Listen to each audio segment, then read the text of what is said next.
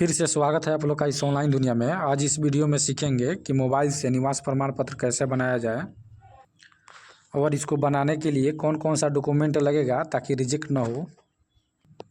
तो इसको बनाने के लिए सबसे पहले अपना क्रोम ब्राउज़र ओपन करेंगे और यहाँ सर्च बॉक्स में सर्च करना है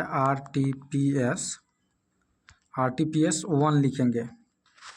1 लिखकर सर्च करेंगे। मेरे सर्च में यहाँ RTPS केवल लिखा हुआ है। हो सकता है जब आप सर्च करते हैं यहाँ पे RTPS 1 या 2 आए तो इससे कोई दिक्कत नहीं है, इसी पर क्लिक करके आगे बढ़ना है। अब इसका मेन पोर्टल पर आ जाएंगे और ऊपर की ओर बढ़ेंगे। यहाँ पे सामान्य प्रशासन विभाग दिया हुआ है, इसी पर क्लिक करना है। उसके बाद आवासीय प्रमाण पत्र का निर्गमन, इसी पर क्लिक करना है। फिर अंचल स्तर दिया हुआ है, इस पर क्लिक करना है। अब दोस्तों फॉर्म भरने वाला पेज ओपन हो जाएगा। इसको ऊपर की ओर बढ़ेंगे। सबसे पहले यहाँ जेंडर अपना चुनना है। अगर किसी जेंट्स का बना रहा है तो यहाँ पुरुष चुनना है, अगर किसी लेडीज़ का बना रहा है तो स्त्री चुनना है। उसके बाद यहाँ अभिवादन दिया हुआ है, इस पर क्लिक करना है। फिर यहाँ श्री और कोई अभिवादन नहीं, आप अपने अनुसार चुन लीजिएगा। हम तो यहाँ कोई अभिवादन नहीं, इसी पर क्लिक कर दे रहे हैं। फिर यहाँ नेम ऑफ एप्लीकेंट यानी जिनका हम बना रहे हैं इनका इंग्लिश में नाम डालना है।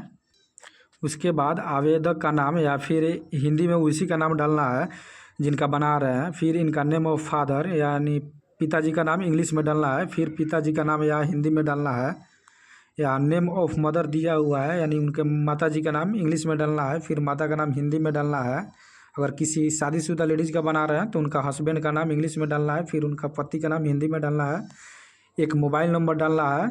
मोबाइल नंबर जैसे ही डालकर कहीं और जगह टच करेंगे तो उस मोबाइल नंबर पर एक OTP जाएगा। उस OTP को इस बॉक्स में फिल करके फिर इस वैलिडेट पर क्लिक करना है।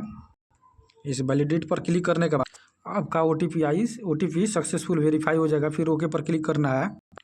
फिर यहाँ आवेदक का ईमेल आईडी डालना है। ईमेल आईडी आप छोड़ भी सकते हैं क्योंकि यहाँ पे स्टार मार्क का नहीं दिया हुआ है। यहाँ पे देखिए दोस्तों स्टार मार्क का रेड कलर का दिया हुआ है। जो जहाँ जहाँ स्टार मार्क का दिया हुआ है उसको फिल करना अनिवार्य है। इसमें स्टार मार्क का नहीं दिया हुआ है, इसलिए इसको छोड़ भी सकते हैं। अब हल्का सा ऊपर करेंगे। अब यहाँ एड्रेस पर हम आ गए। फिर यहाँ राज्य दिया हुआ है, राज्य में अपना यहाँ प्लीज सिलेक्ट, इसमें बिहार। फिर यहाँ जिला दिया हुआ है, जिला अपना चुन लेना है। फिर यहाँ अनुमंडल दिया हुआ है, अपना अनुमंडल चुनेंगे। फिर यहाँ अपना ब्लॉक को चुनना है। फिर यहाँ स्थानीय निकाय का प्रकार यहाँ पे पूछ रहा है तो यानी आप ग्राम पंचायत से हैं या नगर निगम या नगर परिषद या नगर पंचायत। तो अगर आप गांव से है तो ग्राम पंचायत ही चुनिएगा, ये वाला ग्राम पंचायत। उसके बाद ऊपर की ओर करेंगे। फिर यहाँ पे वार्ड संख्या कह रहा है तो अपना वार्ड नंबर डालेंगे। फिर यहाँ पे अपना ग्राम पंचायत को चुन लेना है, जो आपका पंचायत होगा उसको चुन लेना है। चुनने के बाद यहाँ पे आपका ग्राम यानी गांव का नाम लिखना है, हिंदी इंग्लिश इसमें कोई भी लेटर में आप डाल सकते हैं, हिंदी हो या इंग्लिश में। फिर यहाँ पे अपना डाकघर यानी पोस्ट ऑफिस को चुनना है। फिर यहाँ पे अपना थाना को चुनना है। यहाँ पे अपना पिन कोड डालना है। फिर यहाँ पे आवेदक का स्व अभिप्रमाणित फोटो कह रहे हैं यानी फ़ोटो पर सिग्नेचर होना चाहिए या फ़ोटो के नीचे आप सिग्नेचर करके ही इस पर अपलोड करना है। 100 MB के नीचे ही, 100 KB के नीचे ही, MB नहीं दोस्तों, 100 KB के नीचे ही। मेरे पास यहाँ पे एक फ़ोटो है, जो फ़ोटो के नीचे यहाँ पर सिग्नेचर किया हुआ है। आप इस तरह भी सिग्नेचर कर सकते हैं या इस फ़ोटो पर भी सिग्नेचर कर सकते हैं। चेहरा पे नहीं करना है, फ़ोटो पे। अभी इस चूज फाइल पर क्लिक करके उस फोटो को अपलोड कर देना है। फ़ोटो को अपलोड करने के बाद ऊपर की ओर बढ़ेंगे। यहाँ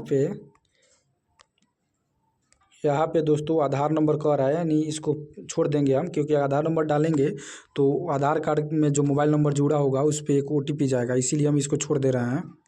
फिर यहाँ पे निवास का प्रकार पूछ रहा है यानी अस्थाई, हम फिर क्लिक करेंगे इस पर, अस्थाई वाले पे क्लिक करना है।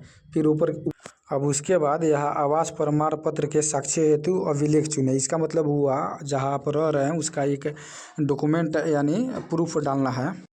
तो यहाँ पे बहुत सारा ऑप्शन दिया हुआ है, खतियान, दान पात्र, भूमि संबंधी दस्तावेज यानी भूमिहीनों को वांछित जमीन से वंचित अभिलेख, संबंधित अभिलेख, यहाँ पे अन्य राजस्व अभिलेख यानी राशन कार्ड भी डाल सकते हैं। यहाँ पे निर्वाचन पहचान पत्र यानी वोटर कार्ड भी डाल सकते हैं। विद्युत विपत्र यानी बिजली विभाग वाला जो बिजली बिल का वो भी डाल सकते हैं। दूरभाषा विपत्र यानी टेलीफोन वाला जो होता है वो भी आप डाल सकते हैं।